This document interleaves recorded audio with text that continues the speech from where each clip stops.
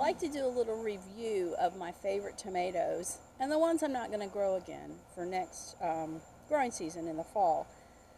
So my second runner-up probably of my favorite tomato and number 2 of my red tomatoes is this Early Girl. I planted her in February. We followed her some in my tomato videos.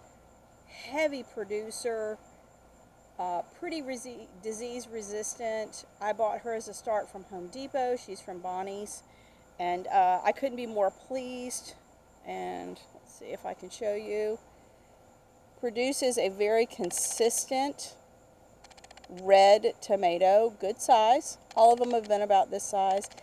This plant just did not disappoint me. So it's definitely going to be one that's going to make the cut for next season. Now if we come this way, back up a minute.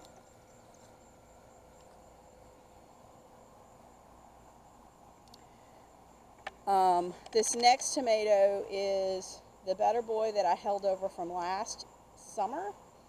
I don't think I'm going to grow them. I mean, this is the second time I've attempted this plant. It just doesn't seem to be the best suited for my location.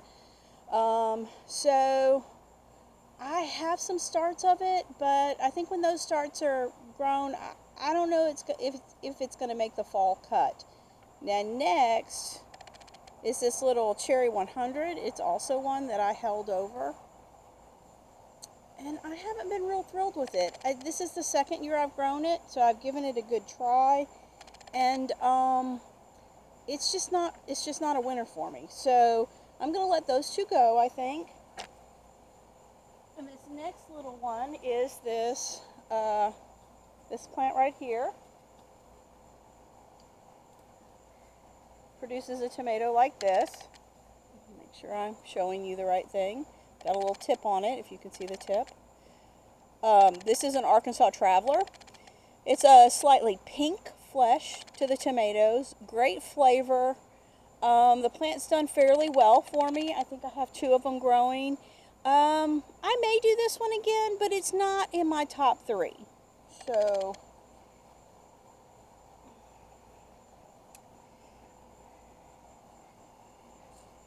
I feel like I have to be picky because I have such limited space in my garden. All right, these next 2 plants are the Purple Russian.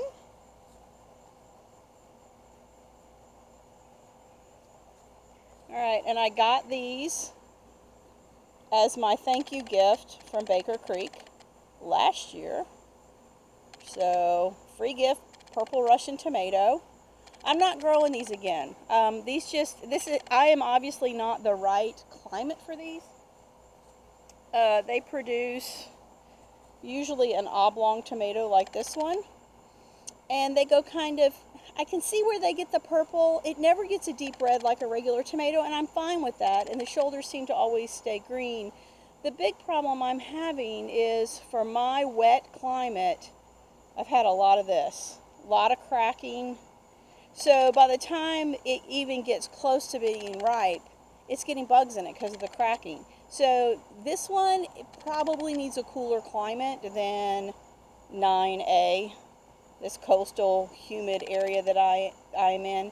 So Purple Russian is not making the cut. I am not growing them in the fall. I'll probably pass these seeds on to somebody else because I still have 2 packets of them. Let's move on. Now this is my yellow pear. And I am going to try to hold this one over. My mom in Texas says she's had really good luck getting yellow pears through a whole growing season. So I'm going to try it with this. In just a minute, let me get the seed packet. And these yellow pears came from St. Clair Heirloom Seeds. All right, they are their yellow pear. Can you read that? Yellow pear organic. I'm going to try to hold these over. I was also listening to the Haas Tools video blog about tomatoes and how they'll feed them real heavy, and sometimes they can push them through the heat or push them through disease.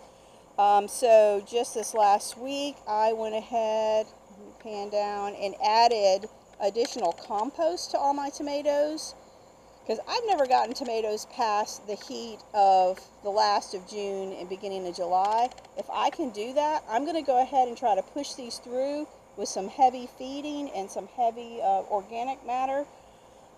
Yellow pears definitely made the cut. It is probably my number 2 of my top 3. One being the early girl, yellow pear, and then let me show you my other tomato that is my proven winner. Oh, there's Mrs. Jill's garden.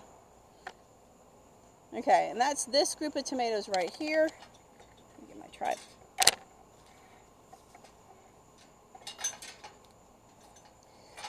These are also from St. Clair, heirloom seeds, and this is their heirloom blend.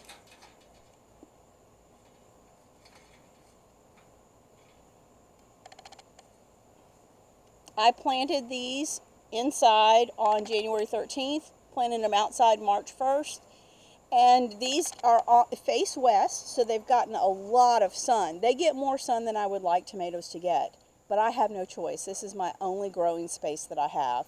So these have been a really, really nice group of tomatoes. I lost one when I went out of town. It just didn't make it. But let me show you the tomato it produces.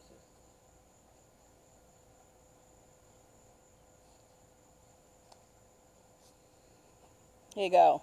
This is just a beautiful, deep, kind of terracotta color. Love these tomatoes. We have been eating, you can see the condensation. It's so hot out here. And these are cool from being inside the house. We have been eating tomato sandwiches like you wouldn't believe. I've been making a focaccia bread. This is my number 1 tomato this year. I will be growing these from now on. They seem to do well in our climate.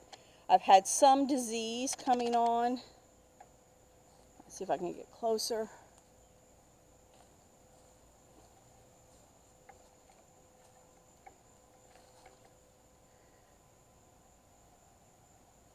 But with the exception of that, which I will cut a lot of that out, the tops still look healthy. We'll see if we can push them through. Now this is what I'm concerned about, and this is kind of what I run into every year, is this right here. I came out today and this one was all wilted. So I don't know if this plant's going to make it the next few weeks. I'm really not sure what this is. This is one I put in when I lost a plant.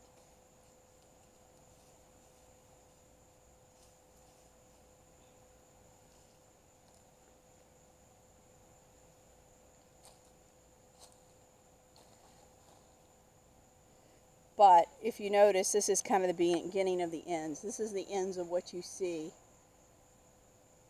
at tomatoes when they're about done. Now all of these are heirloom. They're all indeterminate. So if Travis and Gary at Haas Tools are right, I may be able to push these through, and I'm certainly going to try, but I am preparing for next week after the 4th of July to plant new tomatoes. So some of these are going to go. The ones that I'm not going to be repeating are going to come out, and I will replace them with starts of my top 3. So number 1, let's go back over here. Try not to make you dizzy.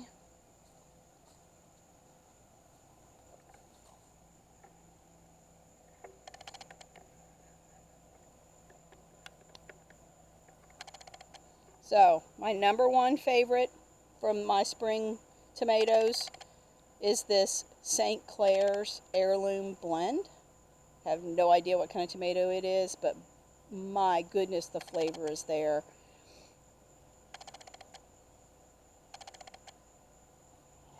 Number 2 is my early girl.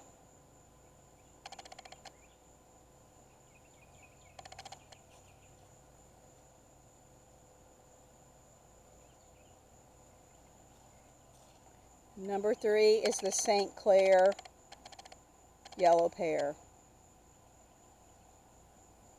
I hope this helps if you're growing in this region.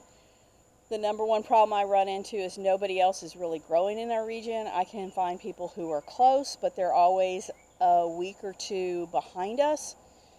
So it's just not a lot of people growing in zone 9A. So I hope this helps.